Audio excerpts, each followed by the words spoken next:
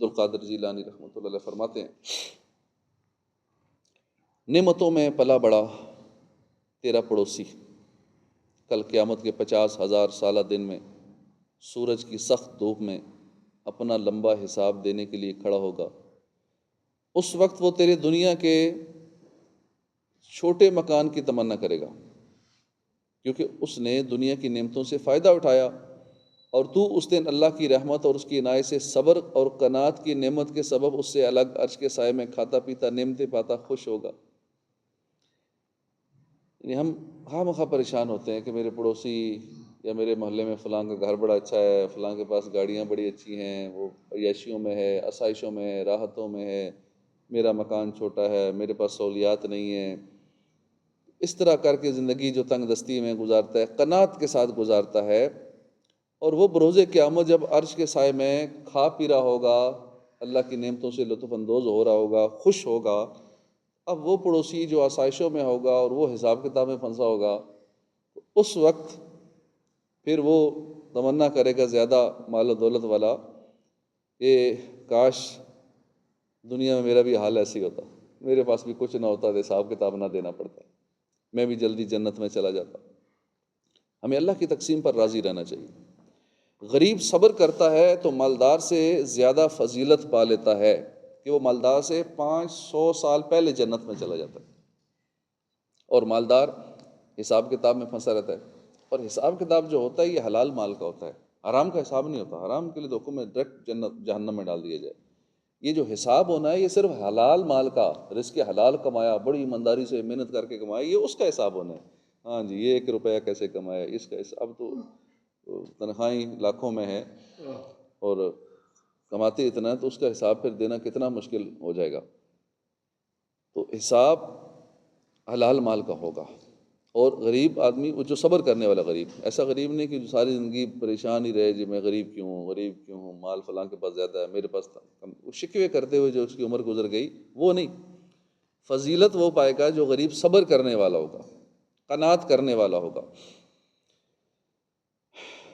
غریب کے پاس مال نہیں تھا، وہ مال کے حساب سے بچا رہے گا، مگر غریب ہو صبر کرنے والا ہو۔ اگر غریب مالداروں سے چڑھتا رہے اور دنیا کا مال نہ ملنے پر ساری زندگی دل جلاتا رہے، میرے پاس مال نہیں ہے، میں غریب ہوں، میرے پاس یہ سہولت نہیں ہے، یہ نہیں ہے، یہ نہیں، تو پھر یہ فضیلت حاصل نہیں ہوگی۔ شیخ عبد القادر جیلانی رحمۃ اللہ علیہ فرماتے ہیں، اے اللہ کے بندے، اللہ پاک کے لکھے اور اس کے فیصلے پر راضی رہے۔ جو اس نے تجھے غریب اور دوسرے کو مالدار کیا، اے بیمار تجھے بیمار کیا، دوسرے کو صحت مند کیا، اے پریشان حال تجھے پریشانی میں، سختی میں، دوسرے کو آسانی میں رکھا، تیرا ان سارے کاموں میں صبر کرنا عرش کے نیچے حاصل ہونے والی نعمتوں کا ذریعہ بنے گا۔ اللہ پاک ہمیں اور تمہیں ان لوگوں میں سے بنائے جو مصیبت اور پریشانی میں اللہ کی عطا کی ہوئی نعمتوں پر اس کا شکر ادا کرتے ہیں اور اپنے سب کام اللہ کے حوالے کرتے ہیں۔ پارہ 24 سورہ مومنین آیت نمبر 44 میں ہے، وَأُفَوِّضُ أَمْرِي إِلَى اللَّهِ إِنَّ اللَّهَ بَصِيرٌ بِالْعِبَادِ۔ میں اپنے کام اللہ کو سونپتا ہوں، بے شک اللہ بندوں کو دیکھتا ہے۔ مفتی احمد یار خان فرماتے ہیں کہ یہ دعا ہر مصیبت اور دشمن کے مقابلے کے وقت پڑھنی چاہیے، بڑی مفید ہے۔ کبھی کوئی مصیبت آ جائے، دشمن گلے پڑ جائے، پریشانی آ جائے، تو یہ دعا پڑھ لینی چاہیے، اس کی بڑی برکتیں ہیں۔ وَأُفَوِّضُ أَمْرِي إِلَى اللَّهِ، میں نے اللہ کے سپرد کیا اللہ، جب اللہ کے سپرد کر دیا تو اب وہ اللہ ہی کافی ہے۔ جو بھی ہمارا دشمن ہے، ہمیں تنگ کرنے والا ہے، تو وہ اللہ پاک اس کو پھر معاملات سیدھے کر دے گا۔ اپنے دل کا ہے انہی سے آرام، سونپے ہیں اپنے انہی کو سب کام۔ اعلیٰ حضرت لکھتے ہیں، اپنے دل کا ہے انہی سے آرام، سونپے ہیں اپنے انہی کو سب کام، لو لگی ہے کہ اب اس در کے غلام چارہ درد رضا کرتے ہیں۔ اور مولانا حسن رضا خان کیا خوب لکھتے ہیں، ہماری بگڑی بنی ان کے اختیار میں ہے، سپرد انہی کے ہیں سب کاروبار، ہم بھی ہیں۔ غوث پاک کی خدمت بابرکت میں ملک نیم روز کے والی سنجر کے بادشاہ نے خط بھیجا۔ خط لکھا بادشاہ نے کہ میں ملک کا کچھ علاقہ بطور جائیداد آپ کو پیش کرتا ہوں، تحفہ، نظر کرنا چاہتا ہوں، تاکہ آپ بھی میری طرح عیش و عشرت سے زندگی گزاریں۔ بادشاہوں کے بادشاہ ہمارے پیر و مرشد حضور غوث پاک رحمۃ اللہ علیہ نے اس کے جواب میں فارسی زبان میں 4 اشعار پر مشتمل ایک ربائی لکھی، جس کا ترجمہ یہ ہے: سنجر کے بادشاہ کے کالے رنگ کے تاج کی طرح میری قسمت کالی ہو جائے اگر میرے دل میں ملک سنجر کی کچھ بھی ہوس ہو، اس لیے کہ مجھے دولت نیم شب کی سلطنت حاصل ہے۔ اب یہ کون سی دولت ہے کہ میں ملک سنجر کے بادشاہ کی دی ہوئی جائیداد کا کیا کروں؟ میرے پاس اس سے بڑی جائیداد ہے۔ کون سی؟ دولت نیم شب۔ یہ کون سی دولت ہے؟ یعنی آدھی رات کو اٹھ کر اللہ کی بارگاہ میں عبادت کرنا، اسے کہتے ہیں دولت نیم شب۔ جس کے پاس یہ دولت ہے کہ رات کو اٹھ کے اللہ کی عبادت کر لیتا ہے، اس سے بڑی دولت ہے ہی نہیں۔ بادشاہ دیتا رہے، ٹھیک ہے جی، میں آپ کو یہ اس صوبے کا میں آپ کو گورنر بناتا ہوں، وزیر اعلیٰ بناتا ہوں، میں وزیر اعظم بناتا ہوں، صدر بنا دیتا ہوں، تو اربوں روپے آپ کا نام کرتا ہوں، اتنی پراپرٹی دے دیتا ہوں۔ تو جس کو یہ دولت ملی ہوئی ہے، دولت نیم شب، اس کو پھر کیا حاجت ہے دنیا کی دولتوں کی؟ لیکن سمجھنے والے عقل مند لوگ اس کو سمجھتے ہیں۔ یہ جو ایک سکون ملتا ہے نا، جب رات کو بندہ اٹھ کے اللہ کی عبادت کرتا ہے، اللہ کی بارگاہ میں روتا ہے، گڑ گڑاتا ہے، اپنا تعلق اپنے رب سے جوڑتا ہے، یہ جو ایک سکون ہے، مزہ ہے، وہ بادشاہت میں، مال و دولت میں نہیں ہے۔ تو غوث پاک نے بھی یہی جواب دیا کہ میں کیا کروں؟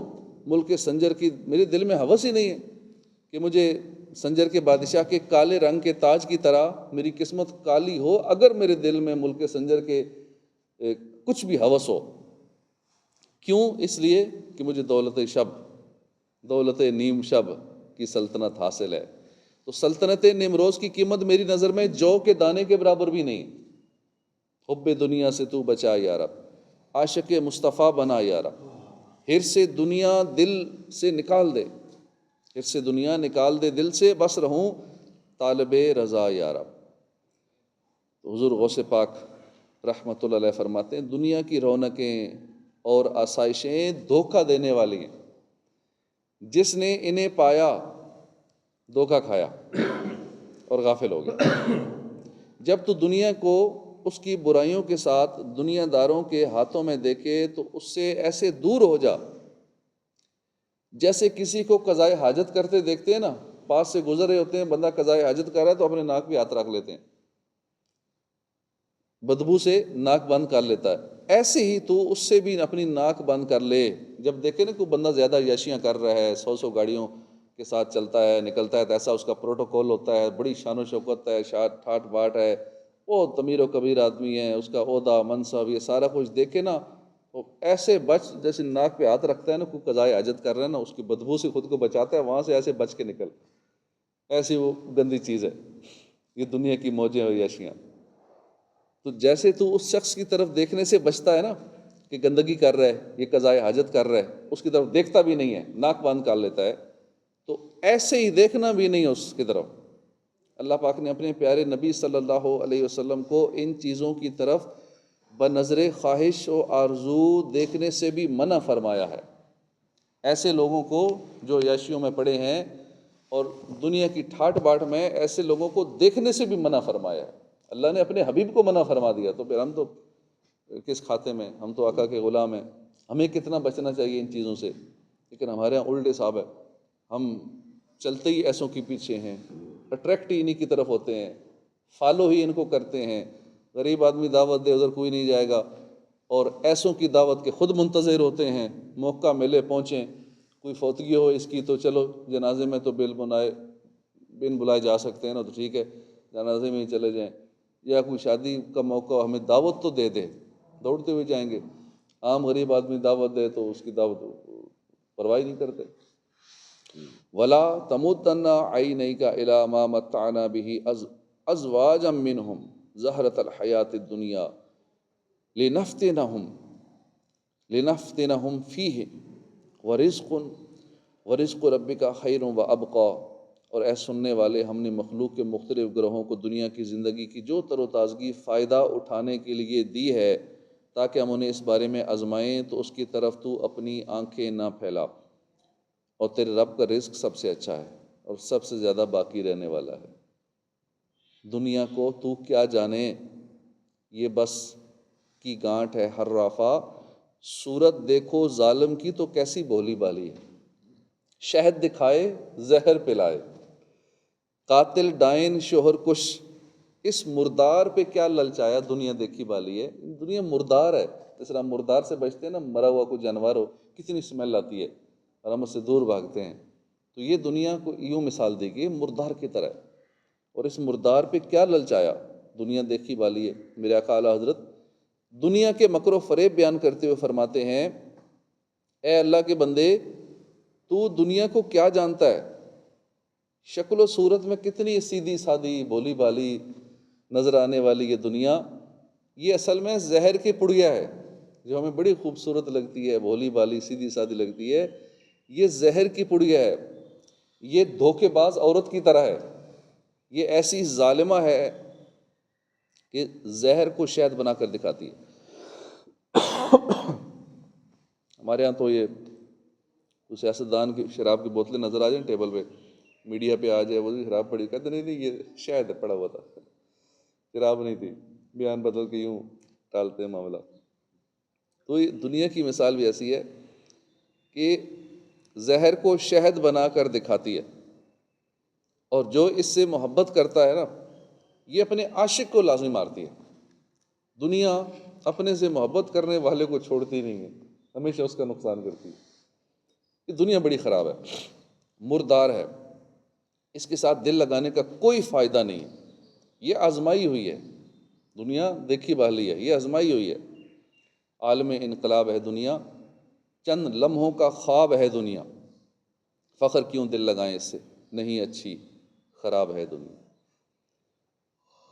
سلسلہ قادریہ رضویہ طاریہ کے عظیم بزرگ ہیں امام جعفر صادق، فرماتے ہیں جو شخص ایسی چیز کی خواہش کرے جو پیدا ہی نہ ہوئی وہ اپنے آپ کو تھکانے والا شخص ہے۔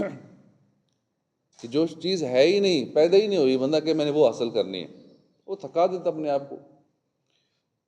عرض کیا گیا حضور وہ کیا چیز ہے؟ آپ نے فرمایا دنیا میں آرام اور سکون مانگنا۔ دنیا میں آرام اور سکون مانگنے کے لیے جو بندہ دن رات لگا ہوا ہے، بھائی یہ تو ہے ہی نہیں دنیا میں آرام سکون۔ آرام اور سکون تو صرف جنت کے اندر ہے۔ ہم جس کو آرام سکون کہتے ہیں نا، وہ آرام سکون نہیں ہے۔ مطلب مزہ آ گیا، کھانا مل گیا، اچھا مزہ آ گیا، وہ مزہ اس میں نہیں ہے، اس نے تو بھوک مٹائی ہے۔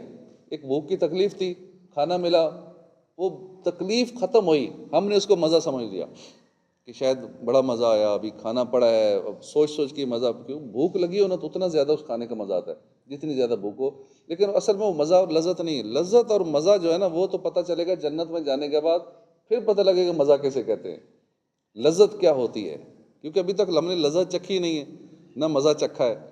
اور سکون کا بھی ہم نے جو کنسیپٹ بنایا ہوا سکون کا، وہ اصل میں سکون نہیں ہے۔ جیسے ہم کہتے ہیں بڑی سکون کی نیند آ گئی، بڑا سکون اس چیز میں مل گیا، اس میں مل گیا۔